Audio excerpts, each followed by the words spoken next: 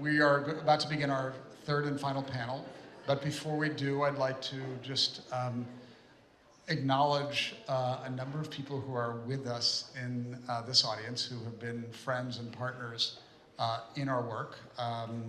They include our friends from the California Civil Rights Division, Alec, Kevin, David, thank you so much for being with us. Commissioner Professor Brian Levin from the California Commission for the State on the State of Hate, one of the country's leading experts on the study of hate. Thank you for being with us, Brian. We have Sarah and Winnie, our good friends from the Pritzker Foundation, who have been supportive of our work for almost from the beginning. Thank you so much. And we also have Capri Maddox from the LA Civil Rights Department. Thank you so much for being with us, Capri. And we did have, I don't know if we still do, Alyssa Barrett from the Executive Director of the Western Justice Center, who was with us earlier, so Alyssa may come back, but it's been great to have her with us. As Amalia said, we will repair to the outside patio to continue the conversation when, as last year, we really had animated conversations about the content of the panel discussions, and I look forward to that. You're all invited. And I just also want to acknowledge before we move on further, members of the ISH community who are in the audience, please do stand and be seen. You are part of a really extraordinary research community. Josh, you're looking around, you're one. Mark, you're one. So thank you for being with us. Okay, so the final panel that we'll be hearing from is dedicated to the topic of studying hate in fraught times. And I think we can all agree both on the importance of studying hate and that we are in fraught times. This panel also has one of the great benefits of being, in some limited sense, multi-generational, in that it includes undergraduate students and researchers who have been with UCLA for a number of years longer than undergraduates, shall we say. And I really think that that's one of the really wonderful and extraordinary things about our ISH research community is that it includes this cross-generational conversation. All the more important when we talk about something like the study of hate in fraught times and really what animates you all. It's really important to understand what's animating not just senior researchers, but people at the beginning of their research careers. So what I'm going to do is I'm going to introduce everybody very briefly with a one-line bio, and then we're going to jump right in. So we'll go in alphabetical order, which is almost the way in which they are lined up. First, I'll begin with Cecelia, otherwise known as Cecelia Fischer, who is a fourth-year undergraduate studying history, Arabic, and Hebrew with a special focus on Jewish history and thought. Welcome, Cecelia. Then we have Yarin Hagay-Nevel, who is a fourth-year undergraduate majoring in psychology. Ryan Horio is a double major in human biology and society and Asian American studies with a minor in community engagement and social change. Dr. Christine Ong is a research scientist at the Kress Center in the School of Education and Information Studies. And Dr. Aliza Luft is an assistant professor of sociology who studies decision-making about genocide. So welcome to you all. Let's jump right in. The first question is just to say a little bit more about yourselves and what you're doing related to ISH, and tell us a little bit about not just the project, but the method you're using. So I think, you know what, we're going to begin at the end and move this way. I'm going to give the microphone to Aliza. Thank you. Yeah, so I'm Aliza Luft. I'm happy to be here and really honored to be a part of this community. So I study, as David mentioned, decision-making about genocide, and really I'm interested in how people make decisions to kill or not kill as a war is ongoing, and also how victimized populations respond and make decisions and strategize on how to protect themselves. I've studied such work in Rwanda. I'm completing a book on the Holocaust in France, and really central to my work is breaking apart our assumptions that once a killer, always a killer, or that victims always act in one way only and don't shape the trajectories of their own lives and fates and outcomes. And so as part of that, I'm really interested in breaking apart groupist assumptions that underlie a lot of research on genocide, which is this idea that victim and perpetrator groups always neatly overlap with the social categories central to the genocides. In Rwanda, for example, the Hutu and Tutsi. As a result, a lot of what my work has been for ISH has been trying to understand social perceptions and misinformation on college campuses today with regards to anti-Semitism, Zionism, Islamophobia, and anti-Palestinian sentiment, trying to understand with David, with Salma Musa, and with Josh as well.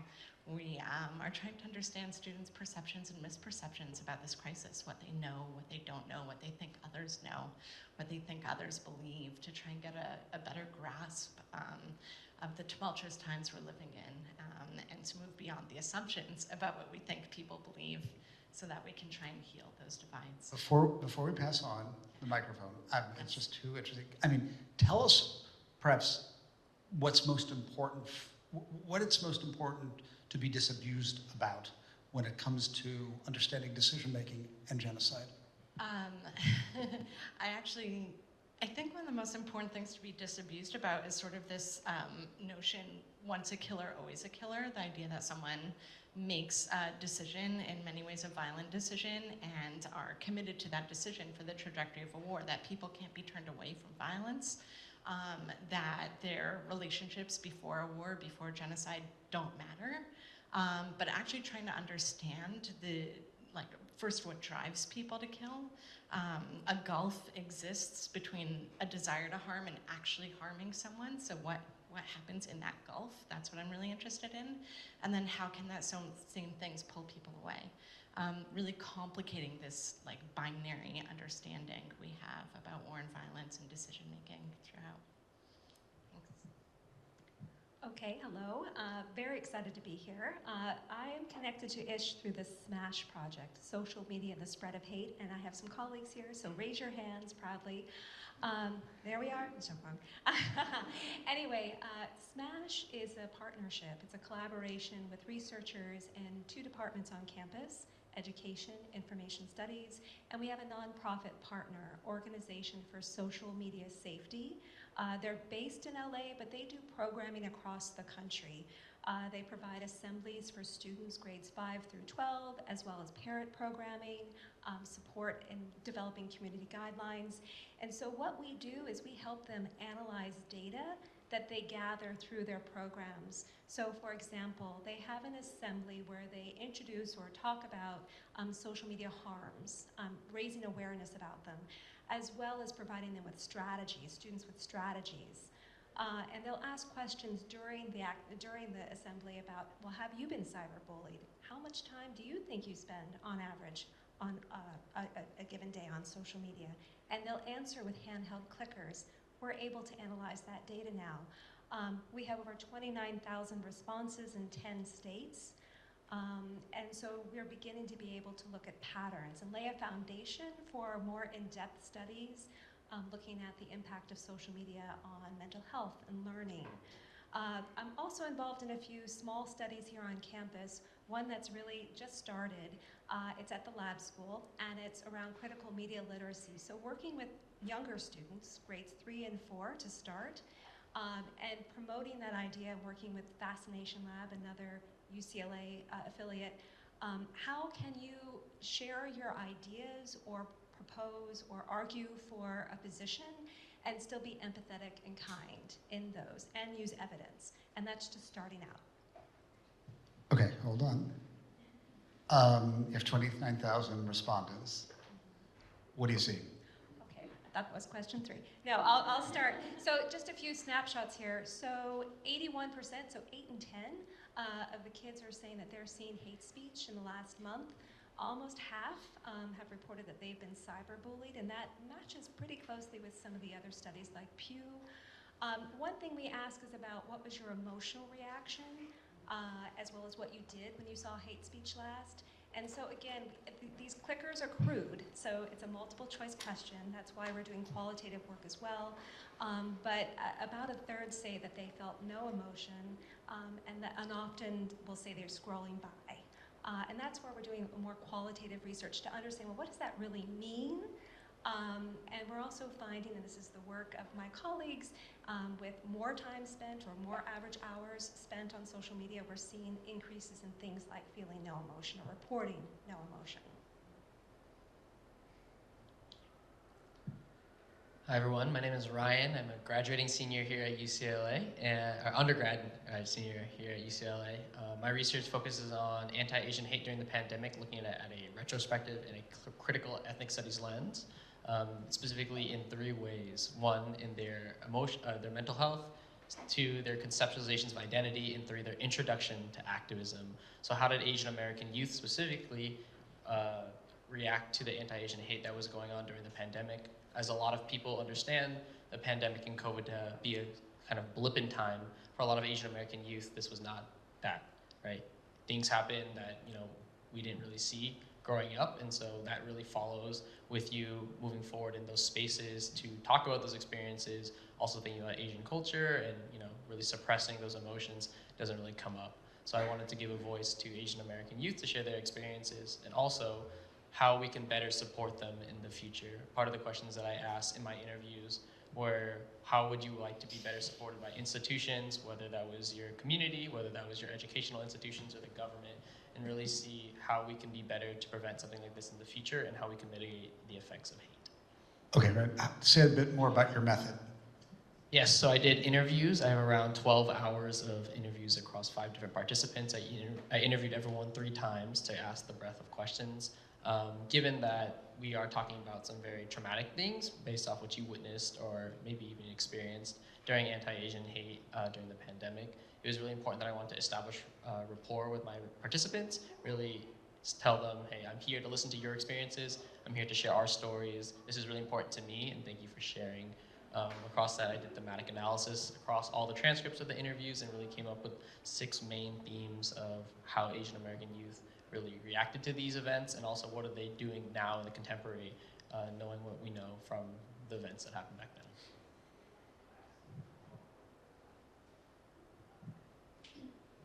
Hi everyone, my name is Yarin Hagay-Nevel, and I am a 4th year psychology student here at UCLA in my undergrad.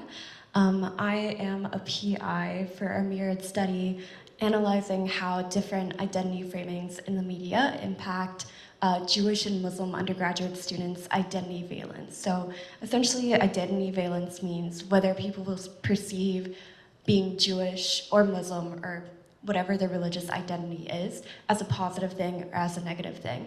And we were really interested in looking into this because ever since the beginning of the Israel-Hamas war, a lot of the media discourse right now in the news, both nationally and internationally, has been focusing on the experiences of undergraduate students, and specifically an overemphasis on Jewish students' experiences with anti-Semitism.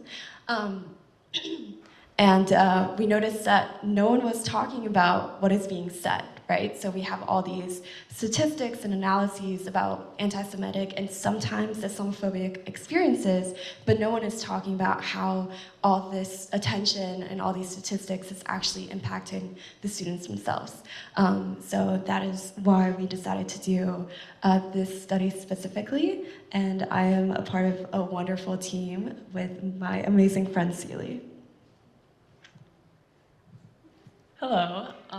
So I serve mainly as the research assistant in our project, which Yarin has done the vast majority of work for, but I served as someone who helped develop the idea of the project.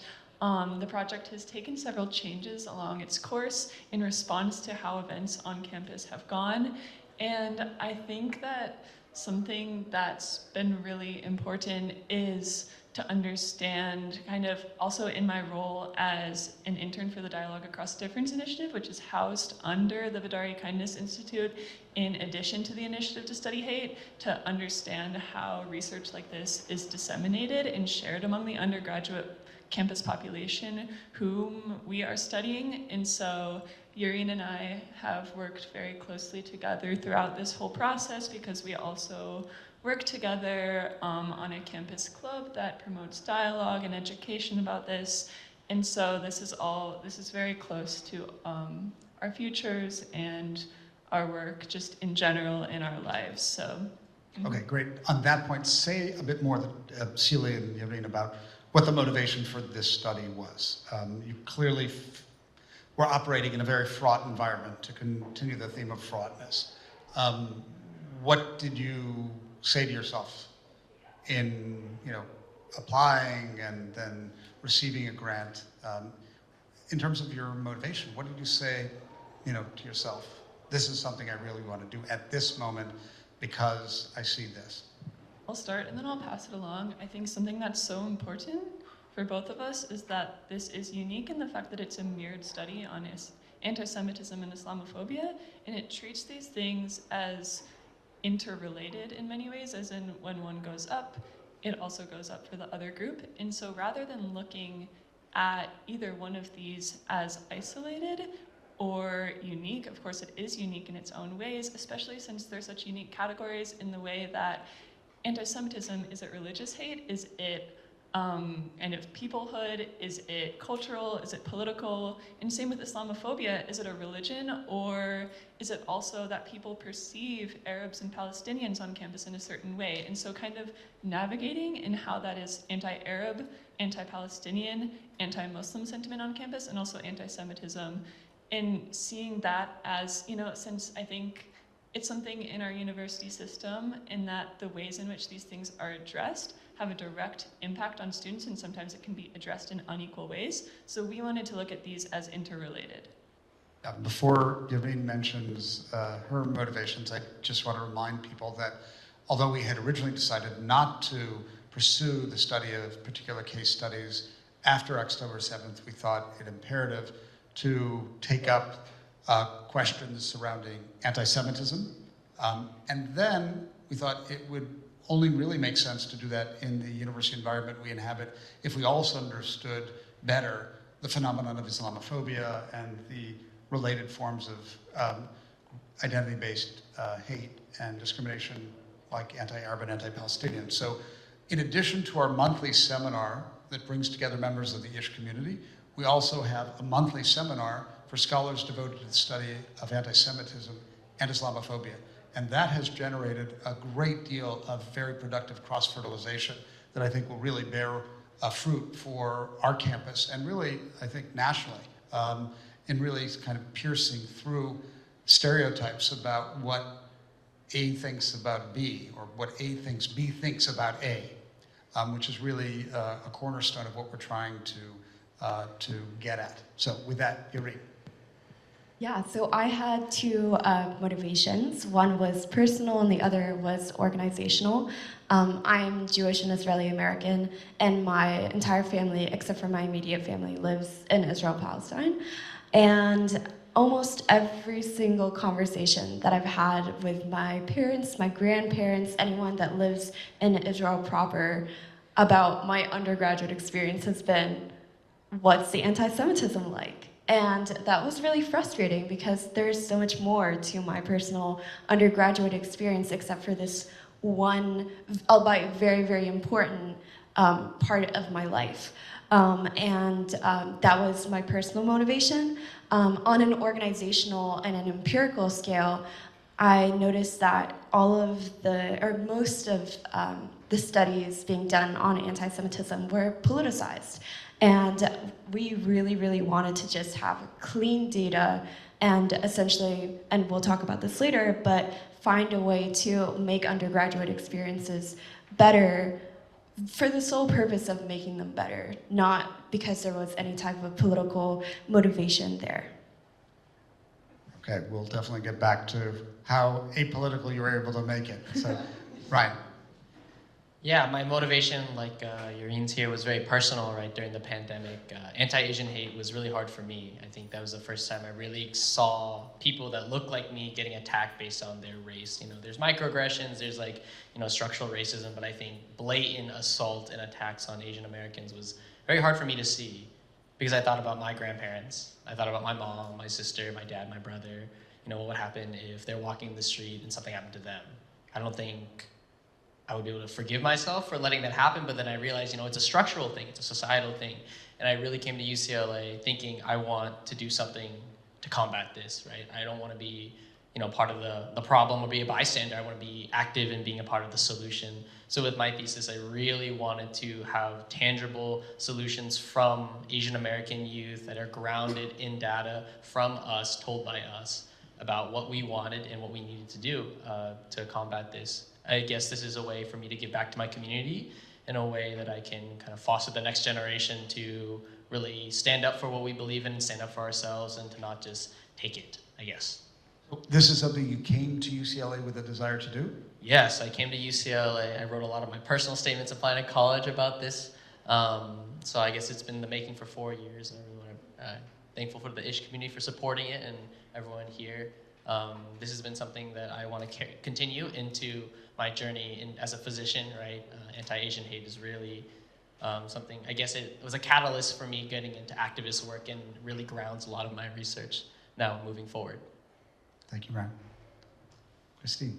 And I feel so lucky to have these colleagues with such passion. Anyway, so I guess there are a couple things. So over the years, I've worked on a range of projects. So my background's in child development, so play has always been a real question for me, and the role of technology. So from working at a museum and seeing someone touch that button 10 times, like what's happening, are they learning something, to more recently been involving in projects where kids are collecting data on an app to learn about big data. So there have been these threads of different types of studies that somehow connect to this project. There's also a conflict resolution program for young children. So that's, I think, how I was called to the meeting with OFSMS in the first place, as they began a partnership with the School of Education. Also a daughter, or I also have a daughter. I'm the mom of a teen daughter, and she begged for TikTok during the pandemic. And so as much as I think I understand or have read, I know as a parent how hard it is to navigate, even to have productive conversations. Sometimes I am able to, and sometimes still figuring out how to navigate this space with someone who's growing up as a native there.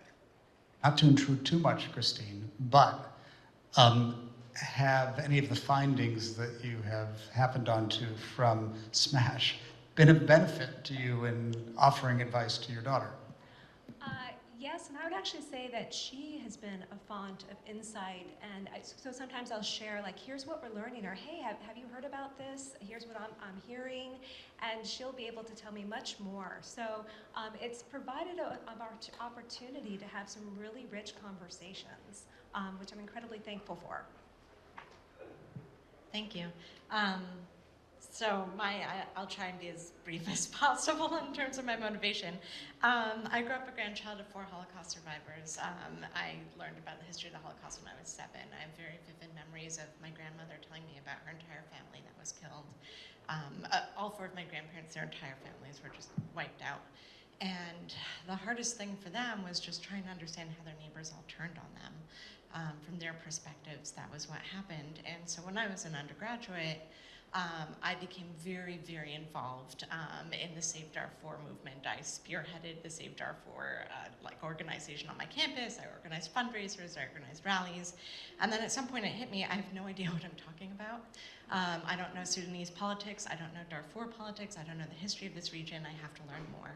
And I also, around that time, found out that I was 12 when the Rwandan genocide happened, and I didn't know much about that either. So I kind of became obsessed with trying to understand similar dynamics in Rwanda. Trying to understand it with regards to my own family history was too close and too painful, and I didn't foresee having the clarity to understand that in the way that I thought I could with Rwanda. And so when I first went to Rwanda to interview people who participated in the genocide, which I very intentionally do not call perpetrators, I call them people who participated because sometimes they didn't participate. I had this assumption that they participated because they hated the people they were killing, and this was a racialized hatred, very similar to Nazi Germany and the Holocaust, racialized hatred of Jews.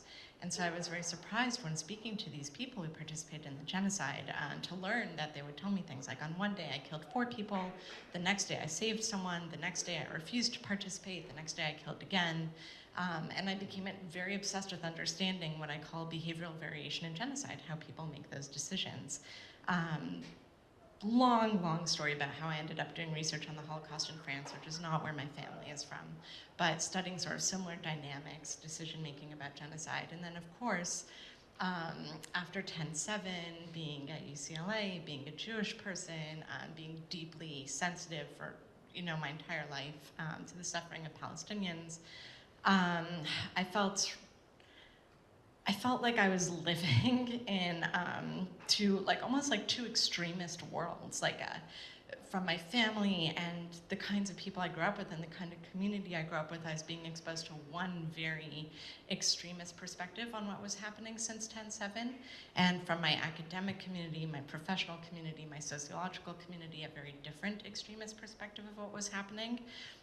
Sometimes being on social media, it was just like whiplash back and forth between one post and another post and another post, and it was really painful, very isolating, trying to figure out my own views in light of my research. And so I think in a lot of senses, doing the project that I'm doing with Ish, the motivation was to try and bring my academic and intellectual understanding of how people make decisions about violence, always with the lofty goal, obviously, of making the world a better place, but I really see myself as a researcher and not as an activist. And lending that research to understanding what's happening in our community here at UCLA, which I care very deeply about. So that's my motivation. So a common thread throughout all that you've described is a desire to complicate fixed categories. Yes. And I'm just wondering, there are lots of questions I could ask you about that, but I'm wondering sort of the holy trio of categories that emerged out of Holocaust research is the trio of perpetrators, victims, bystanders. Yeah. Do you altogether discard that I trio? do. I really do. And there's some people add a 4th category of rescuers. Because of the porousness between who a perpetrator is and a rescuer is. Yes. The same person on different days. Exactly. The same person on different days. And sometimes victimized populations can perpetrate violence as well or be complicit in violence as well. So trying to understand what shapes those decisions. And if I begin from the standpoint of perpetrator, victim, bystander, I miss that variation altogether. So it's really important for me intellectually to do away with those categories and to just talk to human beings about the worst thing they ever experienced in their lives, whether as a victim of violence, whether as someone who participated in violence, whether as someone who did all those behaviors during a violent episode. And I do the same when I work in archives. I do a lot of historical and archival research, really trying to, it's gonna sound cheesy as an academic, but really trying to open my heart to the human experience. It's very emotional. I never clearly stop feeling those emotions and try to humanize the person.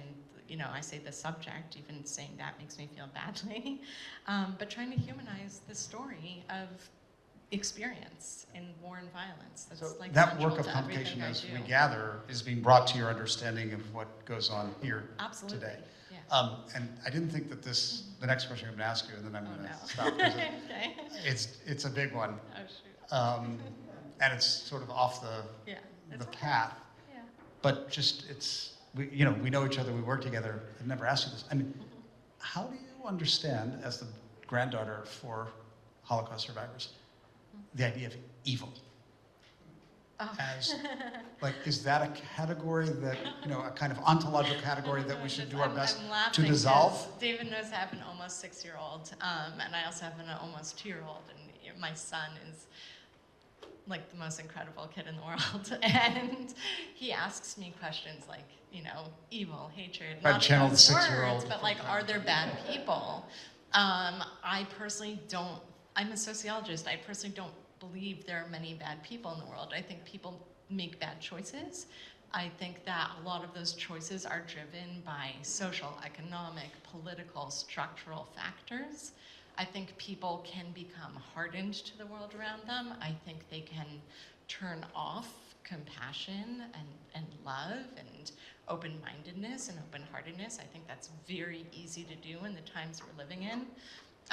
But I think, is there anyone purely evil? I would reserve that for a couple of people in the history of the world, and those are people I don't tell my child about yet. So. Great, thank you for taking that on.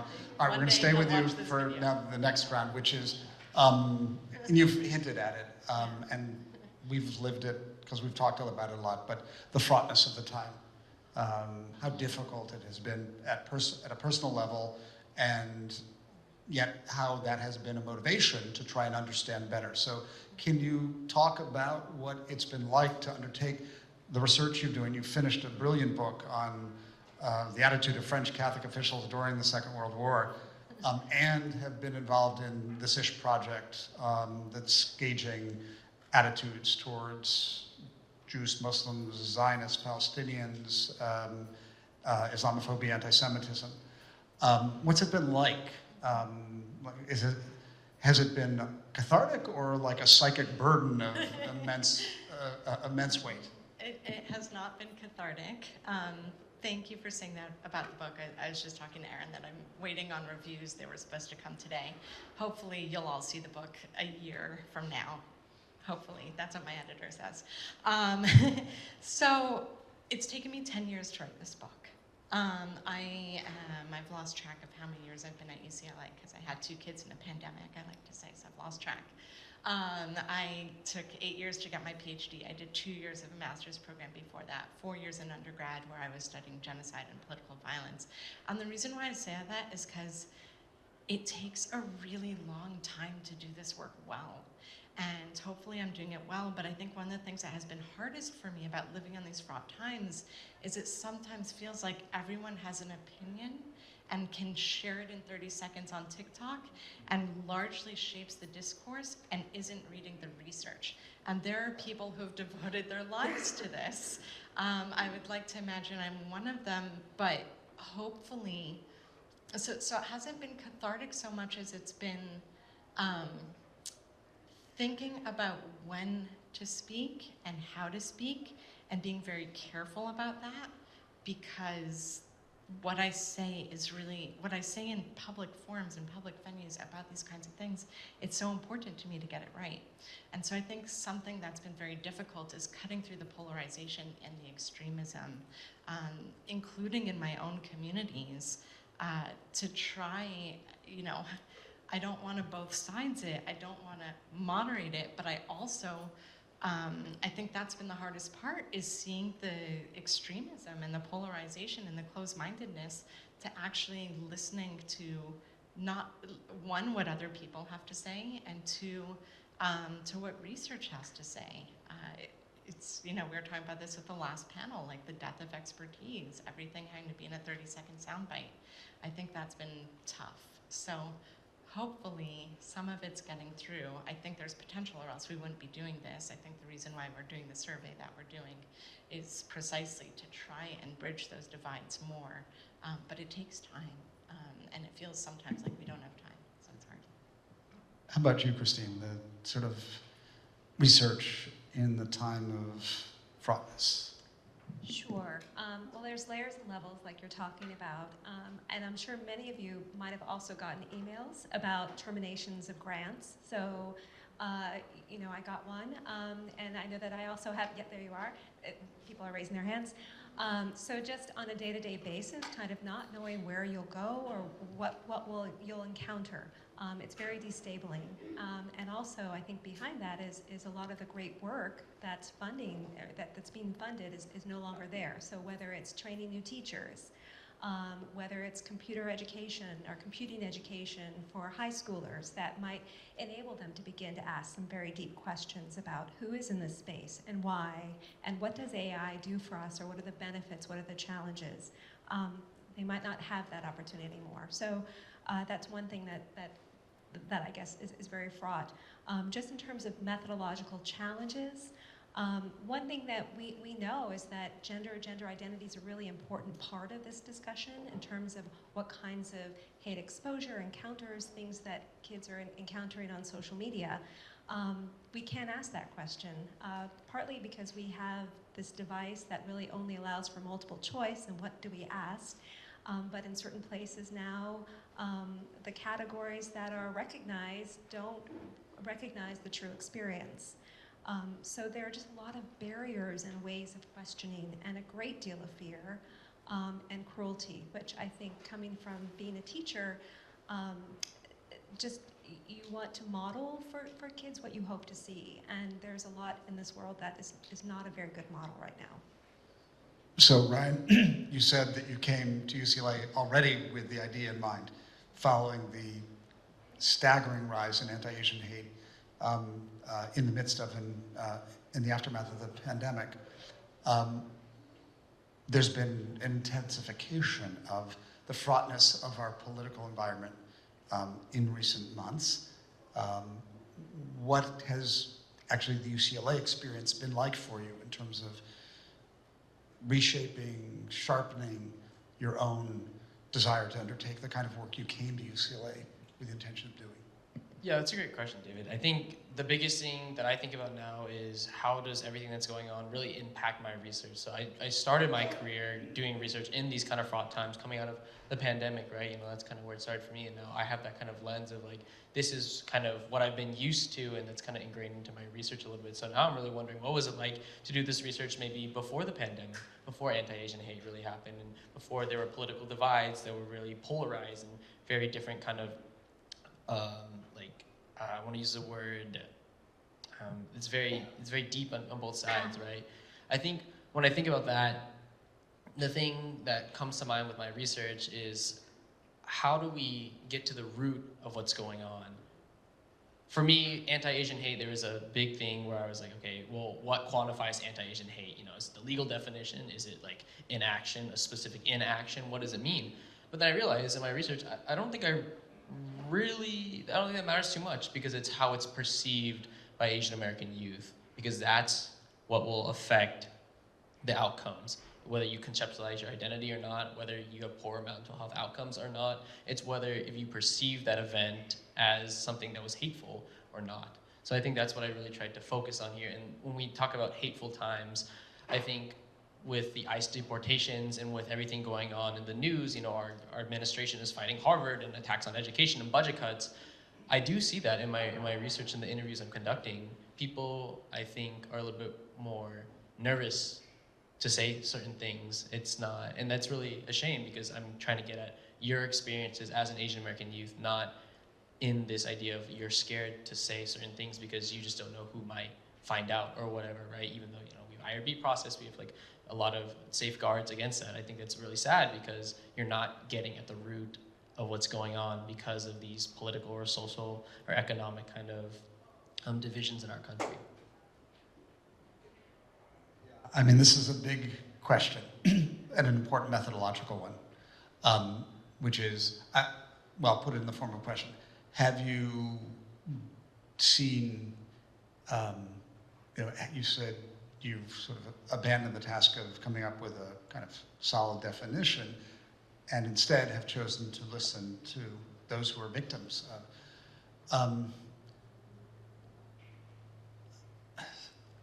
There's a certain danger in relying exclusively on self-reporting. People can be influenced by things they've heard from peers and feel, yeah, I think I've experienced that in a way that's different than what their peer experienced. So I'm just wondering if you felt that at all, and you know what we might do to guard against sort of some of the perils or frailties of the mechanism of self-reporting, which is admittedly an extremely important part of our understanding of what hate is. Yeah, I think well, the first thing that comes to mind is really kind of grounding my research in what has been done in the past, right? I know my study is kind of retrospective, so it's been 5 years since the pandemic, since 2020, right? And so some people may say, okay, you know, what's the point in that? But I think really trying to connect the two, looking at it from a retrospective lens, does give a different nuance to the perspective. And then when I talk with my participants, I think I always try to also ask, okay, I'm not trying to invalidate their experiences, but I ask, okay, how did that make you feel? What was the event? Why do you believe that, you know, this had such an impact on you? And what I'm trying to get at the core of all these questions is really trying to understand the experiences of Asian American youth during this time, right? And I think relating to the self-reported part that you have, I think I really just lean on research that was conducted back then, and because obviously I can't conduct that right now, it's different, you know, time variables, but I think that's the one thing that I try to do, lean on things that have been published already in the literature and really talking about those and talking with my professors and faculty advisors about that and really trying to work that. Tell us what you think the single most important thing that you've found to date is.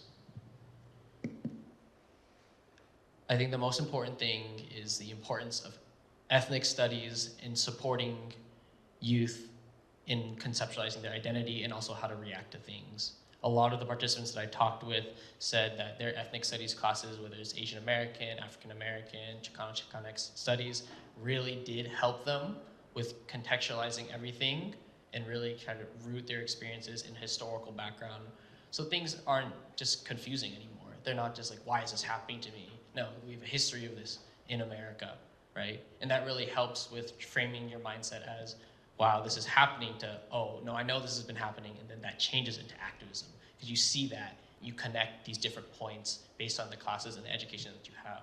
So again, going back to the fraught times part, attacks on education, you know, not talking about race, being race blind, all of this stuff is very detrimental to not just the research that we do, but the implications that we're gonna have 5, 10, 15 years down the line. Because children in high school right now, or even in college, they might not get to take ethnic studies classes. And that has a profound impact on how you conceptualize impacts of hate and relating it to historical events. Okay, this is a slightly underdeveloped thought, sorry. But the most difficult thing for our study specifically is that we wanted this study to benefit all of its participants. And right now, if we're looking at specifically Jewish undergraduate students or Jewish folk in the United States in general, we have so many divisions within the Jewish community, right? We have anti-Zionist, Zionist, non-Zionist, and then when we look at like the Muslim undergraduate community, the biggest thing is that there just isn't that much support. There just isn't that much attention being given to them. And so the really difficult thing for us was, how do we create a study that could actually benefit every single student within these two religious demographic groups, regardless of their political ideology? And that's a really big emphasis on our study, is to have Jewish and Muslim undergraduate participants from all across the political spectrum. And yeah, I think that might be one of the more difficult things. I think the other one is also doing this work, but also validating the research that is being done on anti-Semitism and Islamophobia. It's incredibly important, but we believe that even more so important is to see you know, people's identities as holistic and not just resulting in one specific experience, and specifically, in this case, negative.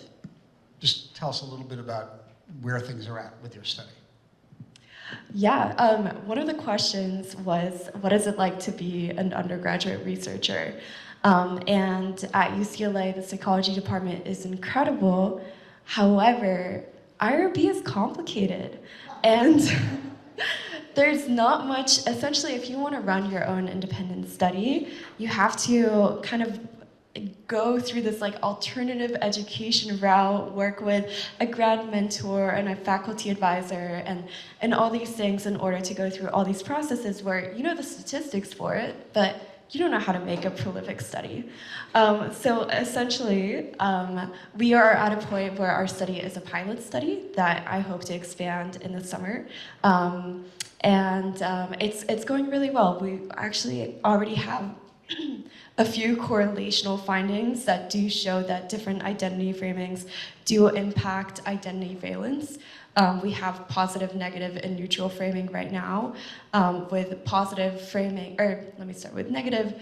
Negative framing essentially summarizes a lot of the discourse that's happening in national media. So it's like a little paragraph, and it talks about rates of anti-Semitism slash Islamophobia. So Jewish participants get, text specifically regarding anti-Semitism. Muslim students get text specifically regarding like Muslim identity and Islamophobia. So we look at rates of anti-Semitism and Islamophobia. We look at rates of isolation, and then we also look at loss of experiences. So it's a paragraph essentially summarizing different statistics and different experiences that Jewish and Muslim students have. Again, Jewish participants get the Jewish one, Muslim participants get the Muslim one. The positive framing is the inverse. So we talk about the benefits of being Jewish or Muslim in your undergraduate community. So essentially, the opportunities that you get from being Jewish or Muslim in university, like scholarship opportunities and things like that. And then our neutral framing doesn't actually talk about religious identity at all. So that's our pilot study, and then we have different measurements to measure positive valence and negative valence.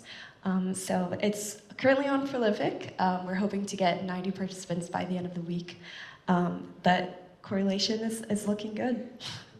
Just It's a working. note for those who may not be familiar, IRB approval is that process by which universities and other research institutions require a degree of proven learning in order to undertake human subject research as a safeguard against the exploitation of human subjects, such as occurred, for example, in the infamous Tuskegee experiment. And it is a laborious process, often, and comes at the wrong time of the academic year sometimes. Okay, Cecelia. Well, you asked earlier if this research was cathartic. I would say for me, it is, because I'm a history major. I wrote my own thesis on a particular Jewish theologian's historical philosophical response to Jewish-Christian reckoning after the Holocaust. And so it's been really fulfilling for me to work with Yarin on this, because for me, what drives me to do this is that I see a large deficit on campus in terms of how we talk about this, how the administration addresses this. And when things happen on campus and articles get written in the Daily Bruin about this is anti-Semitic, this is Islamophobic, and people come to me and they say, what do you think? It's cathartic and fulfilling for me to be able to say, well, my friend and I were actually working on a study that examines Islamophobia and anti-Semitism as interrelated concepts. And when I see that our university has a task force to address anti-Semitism and anti-Israeli sentiment, which it should, but not too much to address what Arab and Muslim students are experiencing and feeling on a daily basis, people in my classes, people who are my friends who don't feel protected, when I work in a dialogue initiative that seeks to bring people together, and yet people are afraid to engage in dialogue because they feel like they're not being protected from hate, to actually be able to work on something that examines these concepts. And hopefully once we're done, I think this is maybe a coming question, but actually be able to disseminate that to our administrators, to things like campus halals, campus Muslim organizations, people that work on interfaith efforts, and be able to say, this is looking at Muslim and Jewish students as holistic people, rather not just articles written about us and how we're feeling and the divides and the hate that goes on, but rather actual statistics about how we're feeling. I'm really looking forward to that. I'm really looking forward to being able to talk about this more, and the fact that I am able to talk about it and am supported in doing that. Okay, I want to ask the three people to my immediate right what it has been like as undergraduates to engage in research of this nature. You wrote a thesis, but I'm thinking in particular about the Ish community and other communities. What has it been like? I mean, it isn't always the expectation that you will conduct your own research. So what's that been like for you? Well, I would just say that something that's been really interesting for me is having more access to social psychological concepts.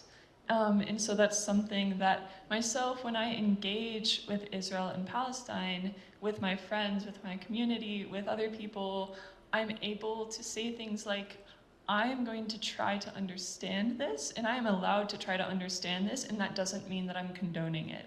And that can go from either way, because I often feel like those two things are conflated.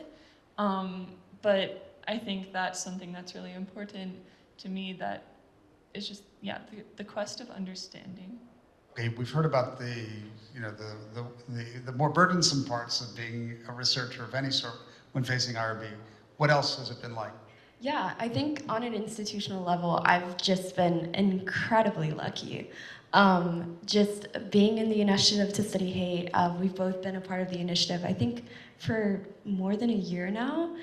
It's just been incredible to be undergraduate students and be able to sit in an interdisciplinary room and hear about all these amazing professors and researchers and discuss with them, right? Like usually undergraduate students, you know, you don't even really work with your faculty advisor, you work with a grad mentor. And so to be able to sit in that same room has been an immense privilege and probably one of the highlights of my undergraduate career. And additionally, I do social psychology, and I think that something that's really amazing about social psychology is that everyone kind of has like a neutral, like it's not political usually to be doing these studies, right? Like we're trying to better the world, and we're trying to look at it as empirically as possible. And I have personally gotten nothing but support from my amazing lab that I work with, from other students that I've shared my thesis with, because this is also my thesis. So it's been an amazing experience personally. So yeah, thank you. Yeah, I think also to echo that sentiment, you know, it's every month we have like our monthly-ish meetings, and every single time I'm like, wow, I'm so privileged to be here. I mean, Christine will say something, and I'll be like, whoa, I didn't even think about that. Or like David will like bring up like another conceptualization of hate, and I'm like, wow, right? It's just being at this age, right? I'm 22 years old. I'm about to go into maybe, you know, graduate. I'm getting so many different experiences here that I think are so valuable that I wish other people had too, right? I think people in my classes, people that I grew up with, because I learned so much in this space, so I want to give thanks there. But I think when we're doing research at this age, it's fun. It's like so fun, guys. Like I'll be honest, like, you know, being able to do this work on a community, with a community that I really care about, that was based off my experiences, I didn't know you could do this. I really didn't. I thought research, I'm a STEM major, and also I'm like half STEM, half humanities, but I thought research was just wet lab, biology, mice, you know, all that stuff. But no, research is anything. And from the amazing kind of interdisciplinary-ship that we have here at ISH, like I realized it could really be anything that you want, as long as you're passionate about it and as long as you have a motivation to do it. And I think that is very validating, that my research is important, and that we can really do some great things with it in terms of creating sustainable change for our communities. I think that's the biggest thing that I've learned with ISH, and you know, it's been really awesome. And to have this experience as an undergrad, I'm like, wow, I'm going to grad school next year, and I'm really excited. I'm really excited to really take what I learned here into that program and beyond. Thank you, Ryan. So I think we have time for a question that I'm going to pose to Christine and Aliza, and it's one that we had discussed, and I'm sure there are many ways you can go about answering it, but what repair do you seek in your work? Repair. I guess thinking back to some of the results that I've shared, and another aspect of our work is we've also piloted a survey with undergraduates about their experience. They're able to reflect upon their middle school and high school years and their use of social media as well, ask some of the same questions. One thing that sticks with me is there's a question about, have you talked or do you remember speaking with an adult about being safe on social media in middle school or high school? And we have a few different questions, whether it be your parent or a teacher, any adult. And about a quarter say that they can't really remember an experience like that. That stands out to me, like, wow, there are a lot of people who, maybe that's not, it's a self-report, but there are a lot of people who cannot remember a conversation. And in our interviews, oftentimes what they'll say is, oh yeah, it was all about don't do this, don't do that. And then I think about my role as a parent, what I'm seeing in terms of sometimes programming or educational materials. So I think, I don't know if I'm answering the repair question as much as a big hole, a big gap that really, I think working together is going to be the only way, that we need to have a lot more conversation and focus, and integrate some of these very key concepts, whether it's perspective taking, empathy, media literacy, into all aspects of our learning, ideally. So nice. I'm just thinking about my kids growing up in this like social media ecosphere and what we can do. What repair do I see? I'm an optimist by nature, which you know I always sort of considered a blessing. Maybe after finishing my book, I'm rethinking some of that, which isn't a bad thing. It's a good thing. I don't see any other choice. Like I'm the kind of person who's like, we have to see each other's full humanity. Like there's really no other choice. There's nowhere to go but in that direction, unless we want to create more harm, unless we want to create more violence and more suffering, and that's not what I want. So what repair I see is hopefully just the repair of like bringing people back to the table. If we can just bring people back to the table, we can start that first step of seeing people in their full complexity, their full humanity. We don't have to agree. And I know for some people it can be really violent to sit across from someone who believes the polar opposite of what you do, and in some cases even believes that people like you deserve to be victims of violence and victims of suffering. But I just don't see any other direction to go in. So there has to be repair. It has to be there. And I want to be a part of that. So that's all I'll say.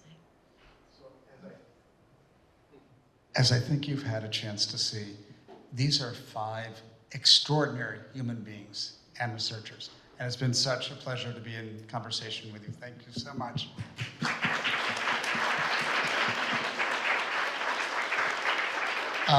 In just a minute, repair to the patio outside to continue the conversation, but I do want to just recognize someone whom we've not yet had a chance to recognize, Mark Lee Cambray from the LA County Anti-Racism, Diversity and Inclusion Initiative is with us. Thank you so much for being with us. And with that, again, I want to thank the incredible ISH staff for pulling off today as seamlessly as they have. Thank you.